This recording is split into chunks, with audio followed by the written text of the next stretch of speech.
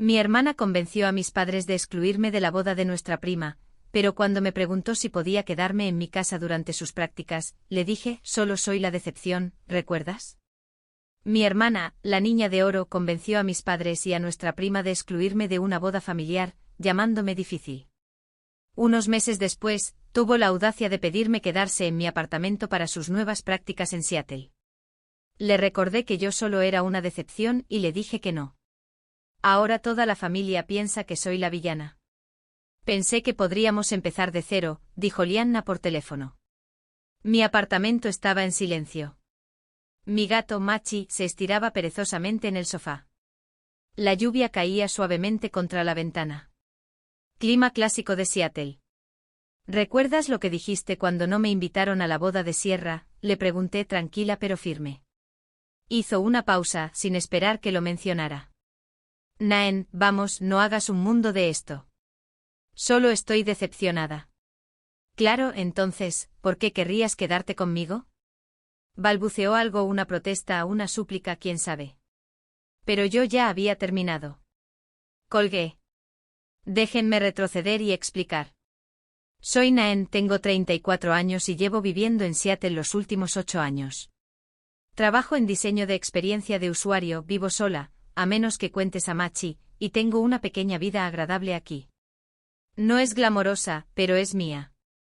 Al crecer en Beaverton, Oregón, siempre fui la seria, la niña tranquila y estudiosa que prefería dibujar, o los kits de ciencias al fútbol, o los recitales. Mi hermana menor, Leona, era exactamente lo contrario, alegre, carismática, siempre actuando, siempre en marcha. Y por lo visto siempre la favorita de mis padres. La adoraban abiertamente, incluso de niñas. La diferencia era evidente.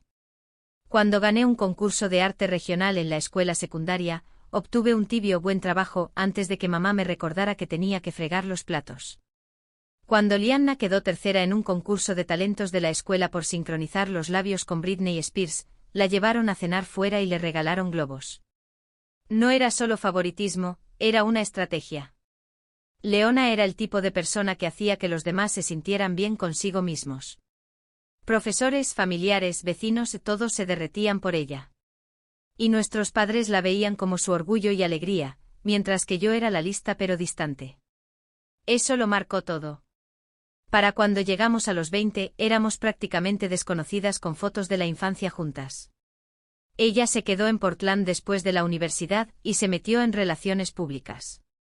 Me mudé a Seattle, en parte por trabajo, principalmente por espacio.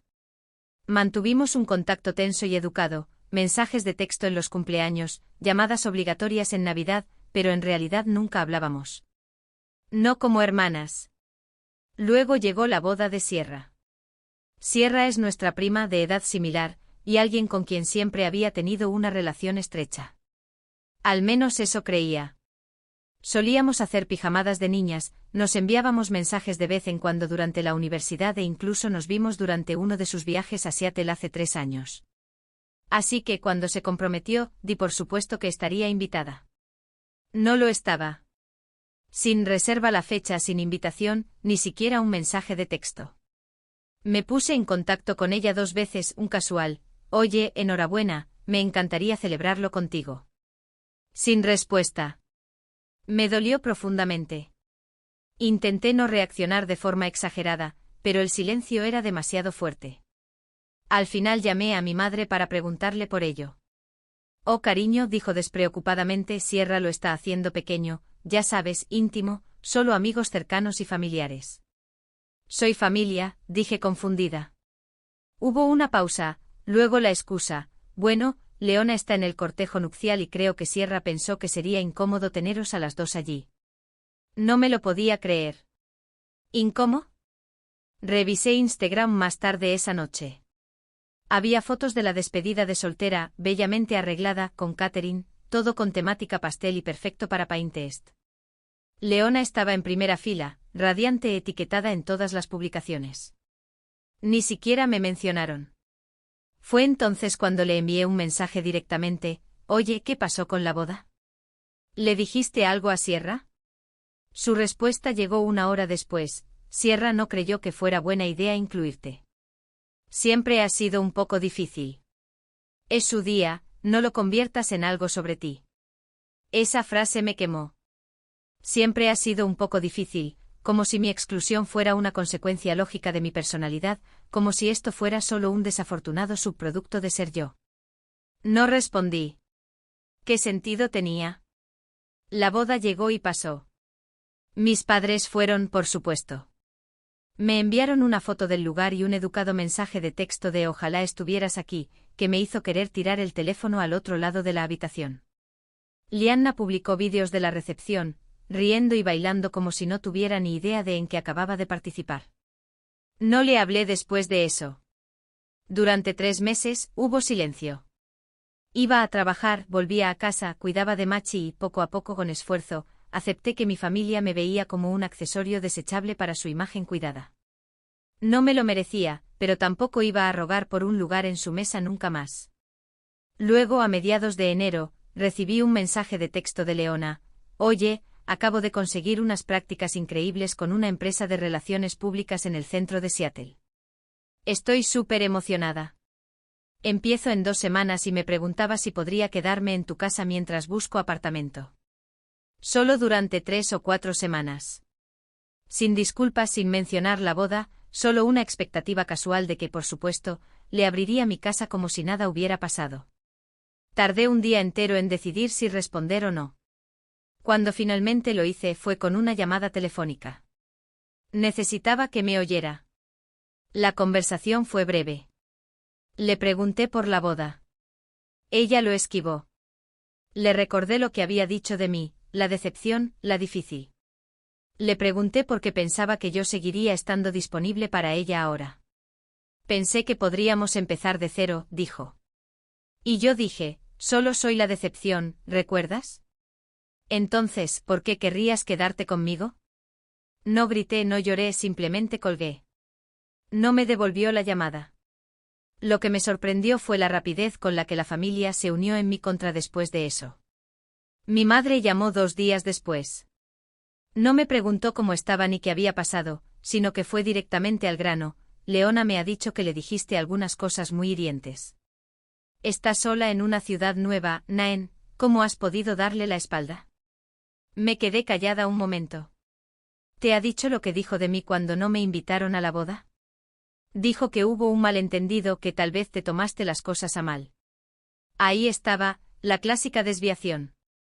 Ni una sola vez nadie de mi familia me había preguntado qué sentía, solo que había hecho daño a Leona, que le había negado ayuda, y eso me hacía fría, implacable, difícil.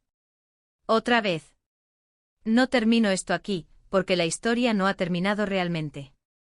Todavía no he hablado con Leona desde esa llamada. Al final encontró un sitio en Ballard. A juzgar por las fotos de Instagram que sigue publicando, tazones de batidos, puestas de sol en azoteas y citas como, sé la persona más grande, mis padres mantienen la paz fingiendo que no ha pasado nada. Hablamos del tiempo, de la nueva medicación para la tensión de mi padre, nunca de la ruptura. Pero he cambiado. No soy la misma persona que se tragaba el silencio por el bien de la unidad familiar. He dejado de ir a sitios por culpa. He aprendido a valorar la paz por encima de las apariencias. A veces todavía lloro la idea de una hermana, la que creía tener cuando éramos pequeñas. Pero Leona no es ella. No lo ha sido desde hace mucho tiempo.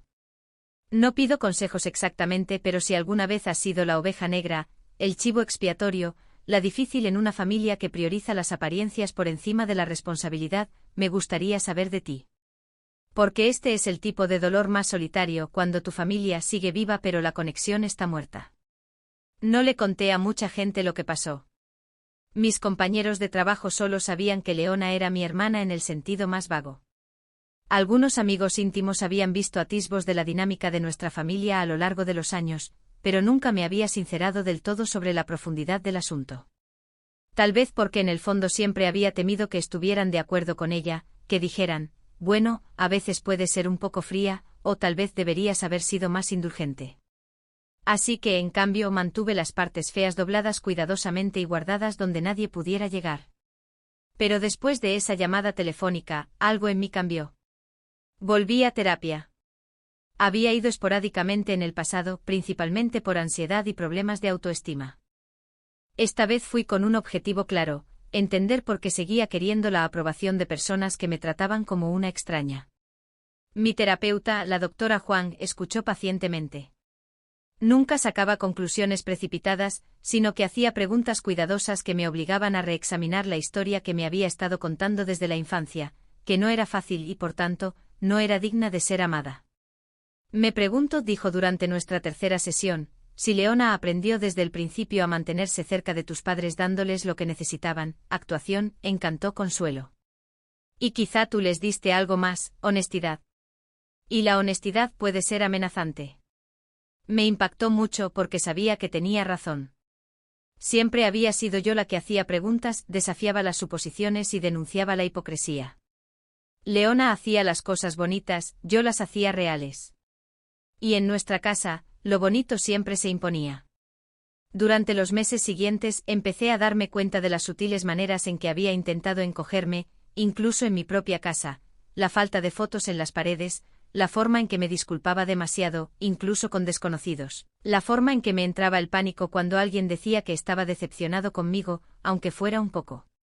Leona no solo me hirió con ese comentario, sino que se hizo eco del mismo guión que me habían dado toda mi vida, que era difícil de amar. Pero la cuestión es que no lo soy. Soy constante, aparezco, escucho. Puede que no brille como ella, pero me quedo. Y con el tiempo las personas que más importan han llegado a verlo. Una de esas personas fue Marcus. Nos conocimos en el club de lectura de unos amigos en común. Era tranquilo como yo, llevaba suéteres de punto y tenía la costumbre de subrayar pasajes en los libros de la biblioteca, que juraba que dejaría de hacer, pero no lo hizo. Lo que más me impresionó fue su paciencia. No era llamativo, no intentaba impresionar a nadie, simplemente aparecía todas las semanas, hacía buenas preguntas y hacía que la gente se sintiera escuchada. Al principio no creí que se fijara mucho en mí, pero después de una de nuestras reuniones se ofreció a acompañarme al coche porque estaba lloviendo y no había traído paraguas. Un pequeño gesto, pero amable.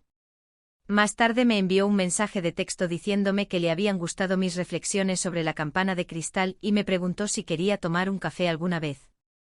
Fue la primera cita a la que dije que sí en casi 2 años. Nos tomamos las cosas con calma.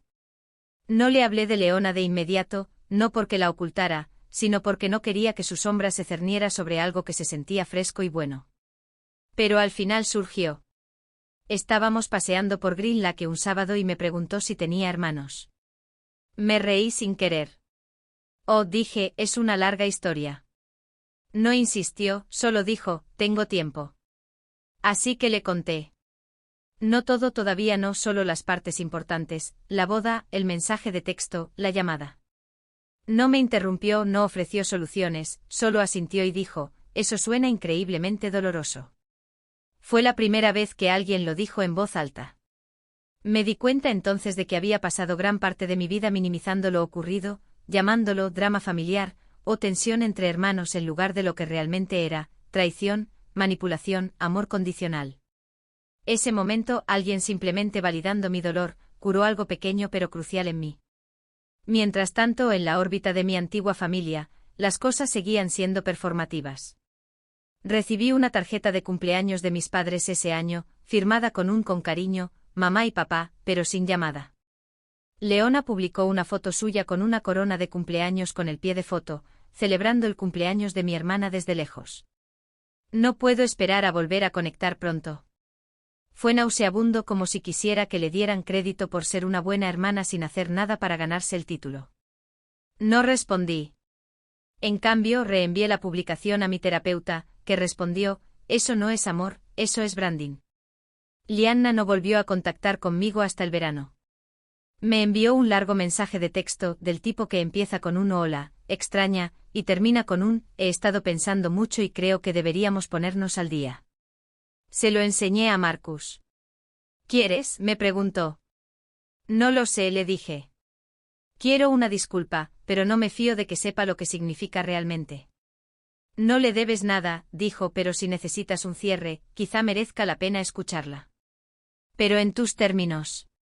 Tardé 2 semanas en decidirme. Finalmente accedí a reunirme con ella en una cafetería de Fremont. Terreno público y neutral. Llegó con unas gafas de sol enormes y una blusa de lino vaporosa.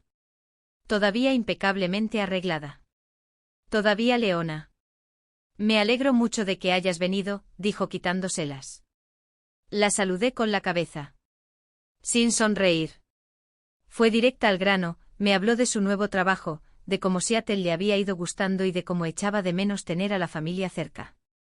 Habló brevemente de la boda y admitió que las cosas se habían complicado. Nunca utilizó la palabra «lo siento». Esperé, dijo. Había estado sometida a mucha presión, Sierra era sensible y no quería ningún drama. Dijo que no pensó que su comentario sobre que yo era difícil doliera tanto. Le pregunté, ¿te has preguntado alguna vez por qué pensabas que yo era difícil? Parpadeó. Bueno, siempre has sido un poco seria e intensa. Y eso es peor que ser cruel. Hizo una pausa. Pude ver cómo le daban vueltas a la cabeza, pero sin una reflexión real, sin asumir la responsabilidad, solo un sentimiento vago. Solo quiero que volvamos a estar unidas, dijo. Nunca lo estuvimos, dije en voz baja. Y entonces su expresión cambió. No de enfado ni de tristeza, solo de ofensa, como si le hubiera negado algo a lo que creía tener derecho. Fue lo más honesto que le había dicho nunca. Terminamos nuestros cafés. Pagué la cuenta. Salimos.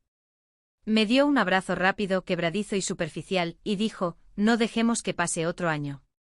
No prometí nada. Simplemente asentí y me fui. Eso fue hace 6 meses. No hemos vuelto a hablar desde entonces. No me sentí enfadada después de aquella reunión, solo cansada. Fue como volver a visitar una casa incendiada en la que solías vivir, dándote cuenta de que las paredes que una vez memorizaste ya no estaban, los muebles cubiertos de polvo, las habitaciones resonando con fantasmas que ya no te atormentaban de la misma manera. Había ido con la esperanza, en cierto modo pequeña, de que quizá Leona dijera algo diferente. No profundo, no poético, solo real. Que por fin rompiera el personaje, dejara de intentar cuidar su apariencia y se encontrara conmigo en ese lugar crudo que ambas habíamos evitado desde la infancia. Pero nunca lo hizo. Y ese fue el momento más clarificador de todos. No era que no le importara, lo hacía a su manera, pero su amor siempre fue transaccional, siempre ligado a lo bien que siguieras el juego. En el momento en que dejabas de sonreír a pesar de todo, te convertías en una molestia. Durante un tiempo después de nuestro café, me sorprendí reviviendo la conversación, lo que dije, lo que ella no dijo, la forma en que sonrió cuando pensó que no estábamos pasando página, como si eso fuera suficiente, como si su presencia contara más que lo que nunca reconoció realmente. Y sin embargo, a pesar del vacío de todo, me sentí más ligera. En terapia hablamos de esa sensación. La doctora Juan lo describió como estar de luto por la versión de alguien que esperabas que existiera. Un duelo sin funeral. Eso resonó más de lo que esperaba, porque cuanto más lo pensaba, más me daba cuenta del tiempo que yo también había estado actuando. No como Leona, no con movimientos de pelo y publicaciones alegres, sino en la forma en que intentaba ser tolerable, en la forma en que encogía mis sentimientos, en la forma en que editaba mi verdad para que fuera más fácil de digerir para los demás. Dejar ir eso fue aterrador y liberador. Y sin embargo, siendo la familia lo que es, siempre había más capas que pelar. Unas semanas después de nuestro café, recibí una llamada de mi padre. Rara vez llama. Por lo general, es mamá quien contacta, e incluso entonces, suele ser solo para darme actualizaciones rápidas sobre el tiempo, los vecinos o el perro que adoptaron después de que me mudara. Pero esta vez era él. Naen, dijo aclarándose la garganta como siempre que está incómodo, tu madre y yo hemos estado hablando. Esperé. Ya sabía por dónde iban los tiros. Creemos que sería bueno que tú y Leona lo intentarais de nuevo. ¿De verdad? Ya lo hice, dije con calma. Vale, dijo tras una larga pausa, pero quizá no le diste suficientes oportunidades. Ahí estaba la sutil insinuación de que una vez más, yo era el problema, que mi negativa a fingir me convertía en la desagradecida, que la cortesía importaba más que la verdad. No se disculpó, dije. No de verdad. Se justificó, se explicó, pero no asumió la responsabilidad. Creo que lo intentaba, Naen. ¿Aceptarías eso de mí si yo la hubiera humillado delante de la familia? hubiera ignorado su dolor y luego le hubiera dado una explicación a medias 6 meses después? No respondió porque la respuesta era obvia. A Leona se le permitía hacerme daño, se esperaba que yo la perdonara. Esa siempre había sido la dinámica. Simplemente nunca lo había dicho en voz alta antes. Te necesita, dijo por fin, como si eso debiera importar. Me necesitaba cuando me excluyó de la boda, pero entonces no me quería. Más silencio, luego un vale tranquilo y un suave clic. No volvió a llamar. Me quedé pensando en eso mucho tiempo. El dolor era menos agudo ahora. No había desaparecido, pero se había amortiguado hasta convertirse en algo familiar, un latido en lugar de una puñalada. En los meses siguientes mi vida siguió adelante. Marcus y yo nos acercamos más. Empezó a pasar los fines de semana en mi apartamento. Machi lo toleraba, que en términos gatunos era una declaración de amor. Hacíamos la cena juntos, veíamos malos documentales, hablábamos de cosas que no se sentían pesadas. Se sentía como construir una vida, una sin todo el caos heredado con el que crecí. Para las vacaciones, decidimos organizar una pequeña reunión en mi casa. Solo unos pocos amigos, nada elaborado.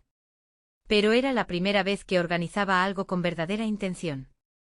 No por obligación, sino por placer. Esa noche, de pie en mi cocina con una copa de vino, música de fondo, me di cuenta de que no los echaba de menos. Ni a Leona, ni a mis padres, ni siquiera la falsa calidez que solía sentir al sentarme a su mesa fingiendo que todo estaba bien. Era extraña, esta felicidad tranquila y constante. No eufórica, solo pacífica. Y se sentía ganada. Aún así, el pasado tiene una forma de llamar a la puerta, incluso cuando crees que has cambiado las cerraduras. Ocurrió en febrero. Un correo electrónico esta vez de Sierra. Asunto, poniéndome en contacto. Me quedé mirándolo fijamente durante una hora entera antes de abrirlo. Hola Naen, llevo tiempo queriendo escribirte. He pensado mucho en la boda y quería decirte que lo siento. No manejé bien las cosas. Escuché a otras personas cuando debería haber hablado directamente contigo. Sé que es tarde, sé que puede que no cambie nada, pero quería que lo oyeras de mí. Lo siento, Sierra. Me quedé atónita, no por las palabras, no eran floridas ni dramáticas, sino porque eran sinceras. No se desvió, no echó la culpa, simplemente dijo lo que había estado esperando oír de mi propia hermana. No respondí enseguida. Necesitaba pensar, sentir, decidir si esta era una puerta que quería volver a abrir. Esa noche se lo conté a Marcus. No puso excusas, dije casi sorprendida. Puede que haya madurado, dijo con suavidad. Quizá. Me hizo pensar en cómo elegimos a quién perdonar, en la diferencia entre reconciliación y reconexión, en cómo algunas personas merecen la pena el riesgo, mientras que otras han demostrado una y otra vez que no son seguras. Leona seguía sin contactar conmigo, pero podía sentirla orbitando. Me enteré por un familiar común que había empezado a salir con alguien en serio, que se había mudado con él, que había estado intentando arreglar las cosas dentro de la familia, lo que interpreté como que estaba reescribiendo la narrativa para presentarse como una pacificadora. No me sorprendió. Leona siempre había sido mejor en parecer amable que en serlo. Y yo ya no confundía la actuación con la sinceridad. No le respondí a Sierra enseguida, pero al cabo de unos días, y tras una sesión de terapia en la que leí el correo electrónico en voz alta, le contesté. Breve y sincero, gracias por ponerte en contacto. Agradezco tus palabras. Dolió, pero me alegra ver que asumes la responsabilidad. Eso significa más de lo que crees. Intercambiamos algunos correos electrónicos después, nada profundo, solo toques ligeros, el tipo de mensajes que envía la gente cuando está tanteando el terreno para reconstruir algo que se ha roto. Fue la primera vez que sentí que alguien de mi familia había madurado de verdad. Pero Lianna guardó silencio hasta la primavera. Llegó en forma de invitación. No a una boda, sino a un panel de mujeres líderes en relaciones públicas que ella copresentaba. Estaba en copia en un correo electrónico grupal que debía de haber sacado de algún contacto común. Ni siquiera me escribió personalmente, simplemente me metió en una lista de profesionales de los medios de comunicación y el diseño. La ironía, el evento se titulaba Hermanas en la Fuerza, impulsando a las mujeres que nos rodean. Me lo quedé mirando durante 5 minutos enteros, riéndome. La mujer que no podía ofrecer una disculpa sincera por sabotear el lugar de su propia hermana en la familia ahora presentaba un panel de empoderamiento. Parecía una sátira. Pero claro, Leona siempre tuvo un don para la óptica. Ignoré el correo electrónico. Una semana después me envió un mensaje de texto: «Oye, espero que hayas visto la invitación. Me encantaría que vinieras. De hecho, voy a hablar de la importancia de la mentoría y la sororidad en el lugar de trabajo, jajaja», cara sonriente con sudor. «Dime si puedes venir». Y entonces fue cuando todo encajó. No se ponía en contacto conmigo porque quisiera reconectar, sino porque yo tenía algo que ella necesitaba: validación, una aprobación tácita, yo sentada entre el público sonriendo educadamente, dejando que el mundo pensara que estábamos bien. Quería volver a aprovecharse de mi silencio como siempre había hecho. Pero yo ya no callaba. No respondí. No enseguida. En cambio hice algo muy propio de mí, presenté una propuesta. La misma organización que organizaba su panel, una red de carreras profesionales para mujeres de tamaño medio con sede en Seattle, tenía una convocatoria abierta para talleres que pudieran complementar su serie de eventos. Les envié una propuesta para una sesión en directo titulada «Establecer límites con narcisistas de alto rendimiento, cuando la familia es el lugar de trabajo más tóxico». A los 3 días recibí una respuesta. Les encantó. Me preguntaron si podía dirigir la sesión el mes siguiente al panel de Leona. Acepté. No utilicé su nombre, obviamente, ni siquiera aludí a ella, pero elaboré cada parte de ese taller con una década de sabiduría, dolor, terapia y una paz duramente ganada detrás. Llegó la noche de su panel y pasó. No asistí. Estaba en casa acurrucada con Marcus y Machi, viendo viejas comedias británicas y bebiendo vino.